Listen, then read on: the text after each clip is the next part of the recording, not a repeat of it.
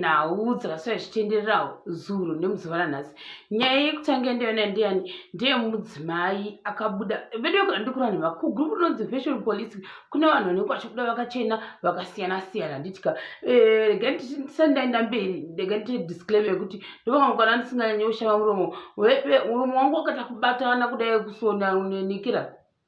Like I said before, the maronda emusora saka andizokwanisa kunyanya kushama muromo wangu. Hakusi kuzvida kana kuda kuzviitisa asi handisi kukwanisa kuita sei kunyatsa kushama semashamira ndinomboita ndichidandaura. Nditika tobva toenda pakuti musikana wakabuda ari kufashion kuya abuda ari kufashion kuya nedhirezi rake handisi kuti rinonzi chitype iyoyo asi ranga rakanaka dhirezi rakaita zvibhindibhindi rine black nepamwe pakaita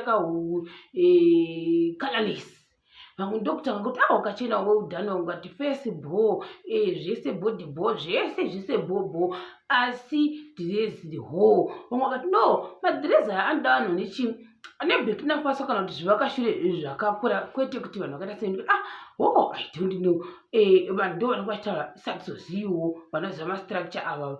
Isu some of us structure is not our department asi vaitaura ndo vaitaura. Musikana wakaita nharo waita nharo wakadzoka futi wadzoka futi vanhu vakati akadzoka nechisashi chake chakanzi kana chisasha ichocho chakanzi run up here kana semi finals Miss South Africa here kana kuti kudiko kana kuti zvi zvavaita izvozvo zvikanzano chako chikuru kuda kungonzanzi wakachena sikamboiti here kana kuti uda kuzama kubhilivhisa ani kuti zviri kuita kana asingaita azviiti hatizozivi ipapo saka ndikati ndigodi ndigombobata makomenzi achoni tigona kuti vanhu vanga vachiti kudi asi tisatenda makomenzi tobata zvakare nhau yani amufundisi J Israel nemudzimai vakomabhule vakabuda vari kwanga vari kuyakuya ndobachi vanhu vatanga kuti zvonetsa kuti kuti tidhifende munhu wamwari J Israel nokuti ikozva pakuti zoom in zoom out uyu munhu wachaita zoom yachone wakaposta panga akaposta kwake ikoko kana kutiradza kuti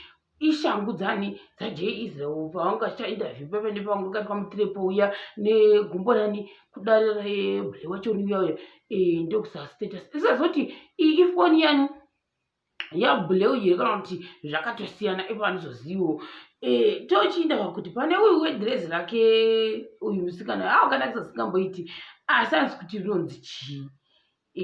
Vamwe vakati kubva vagovhu kuzvichidzika asi wazodhirowa wega here nechipenzura chii chaitika ipapo zvikanzi yowe isa ndo for me rokwe roda mahipsi anoonekera kuda risingaonekwi kunaka kwaro kuti akamira zviri wrong here or what. The idea of the dress was good but the execution was poor. That iti kusonwa kwaro ndo pakareshewa zvikanzi mwana ngana kake I blame the photographer. Watobvunzawo kama here kuti ndiende oro waita zvokutiza uchiuya pano.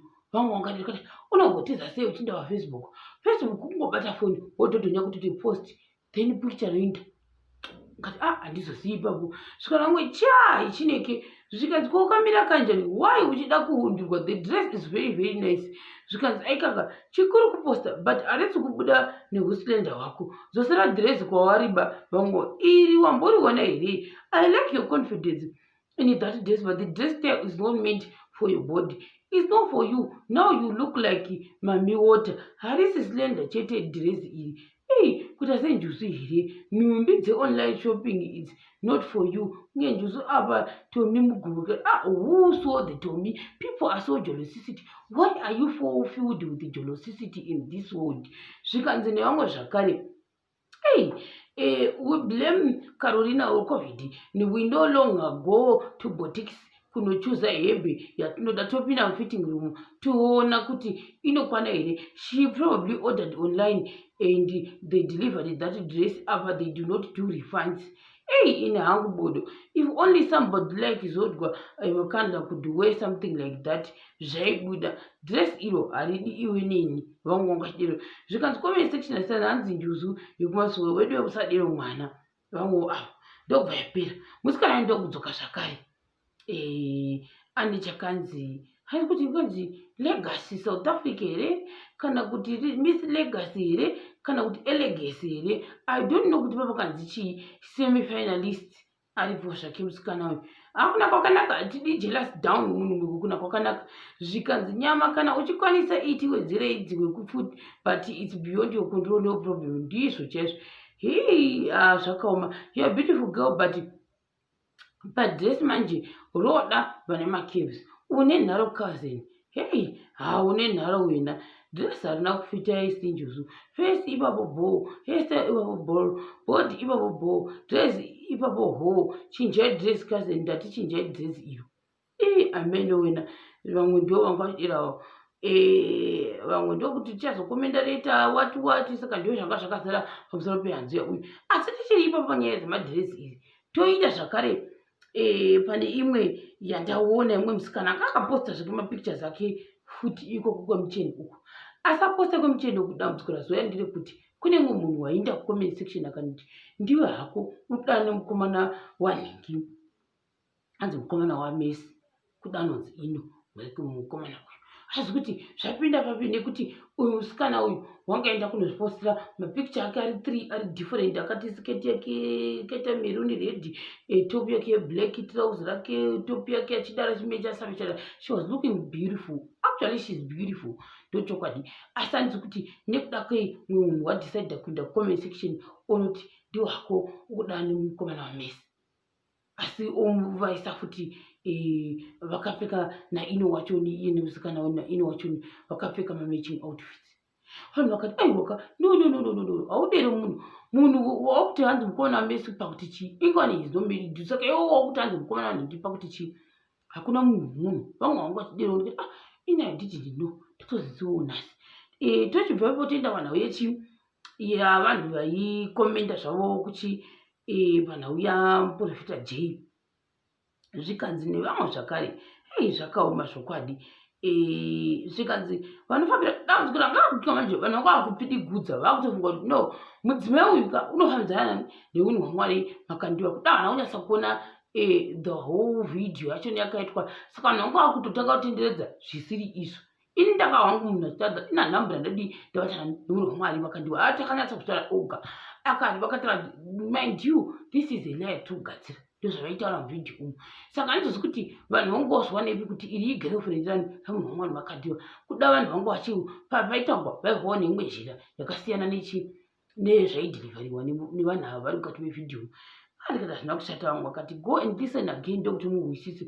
Zvikanzi how can we defend our purpose? Zvikanzi navamwe we always tell people kuti you people don't rely too much on your men of purpose because one day you'll be disappointed. Now look at this.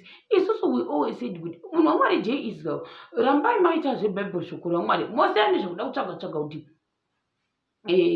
vanhu vana Mwari vari kuita nezveinhingi. Just do your own thing. Kwete kuda kutamba uta kuti zvakuita ndikada isa handizoziva kuti noita tapwiri ndizvo ndokwanisa kutaura. Asi pane imwe vhidhio yangu yandatozosangana nayo munhu wamwari makandiwa achitaura zvanga achitaura chamastages ndofunga type of people what zvanga achitaura hazvina kushata. Kuti hazvechildren kadi tiri kudzidza gore rino tochibva ipapo toenda zvakare pane imwe iyo yandisiririsa. Asi nawe handikozoti kuKenya kuZambia kuUganda kana kuti kupi, asi munhu haasi muZimbabwe ndio chandakwanisa kuona ichocho. Couple iyi inozi kuti yakachata ndofunga musi wemugovera. Yasina musi wemugovera, musi weSvondo uyu akabva afuma ashaika. Kati mukomana akabva afuma akashaika. Now the course of kuekera rufu rwake handina kuziva kuti ndirechi asi tozvakangonyogwa. Saka takachitotenderera ichocho vamwe vakati saka handizvi kuti ndokuvabereki vacho rikababa vacho ndio vanga vari dhokta here. So ndio vanga vachinyanyoita sei kukomenda vachiisa iro ndofunga nesei nebiyo. Saka zvongogwadza hazvo kuti uchibva kuchata nhasi vedu wei vanhu vosora vachipembera vafuwa vachipembera zvinzi navamwe just a few hours vabva mukuroorana mukomana akabva afuma akashaika. Asi kuti chii chakamuwanawo murume uyu vairatidza kuti vari kufara. Zvikanzi heart breaking this handsome guy akashaika few hours after his wedding. Household and mates have been thrown into mourning following the passing away of the bridegroom simply few hours after his marriage ceremony. In the meantime, mates and colleagues have taken to Facebook to mourn the late Roy and colleague. Ndo zvakanga zvichitenderera kuti mapeji hope kuti zvinhu zvinongogwadza ndiro tikura nhema. Muchibva mukufara here motopinda muresting epc yekuti ungonzi RIEP iyoyo zvinongokwadza tikurana maiso touching. Saka ndo zvandanga ndangoya nazvo mukati mevhidhiyo ndisingazivi kuti mumarriage yeIsrael ucharesponda chiti chii ende kuti uchati kudini kuti shangu dzakadhirwa wakati hanzi wote unonzi nhingi hadizi kuti ndekupi koko iye unonzi blessing wacho isingazivi kuti is this the actual blessing or is another blessing womunhuwo yakadini. Vanhu vakatanga kuita sitokonoro, vanhu vakangositokondora mudzimai vakoma blessing wacho ndiwo zvikanzi unoita nezveimunhu uyu zvikanzi sinomuziva ari mai mapefyumu vanoita zvekutengesa mapefyumu ndo zvatovaziva vari uyezve tovaziva vari munhu wakambonoita musuwo kana munhu wamwari makandiwa nemurume wavo hachazi kuti igore ripi nenhau iyoyi yekuti anotoda mataidzi edu bheki nekutengesa iwo mapefyumu avo ndo zvandakabata mukati mumu. Saka nganditi nesong yazobuda yabdj apureza inonzi usandiporovheki iri kungosangana nemamixed feelings zvichiinda zvakanaka asi uniform dzangu akapfeka dzakanaka asingamboitika zvina kushata usapurovhoka vanhu chakubata zvakare pachikamu chinotevera.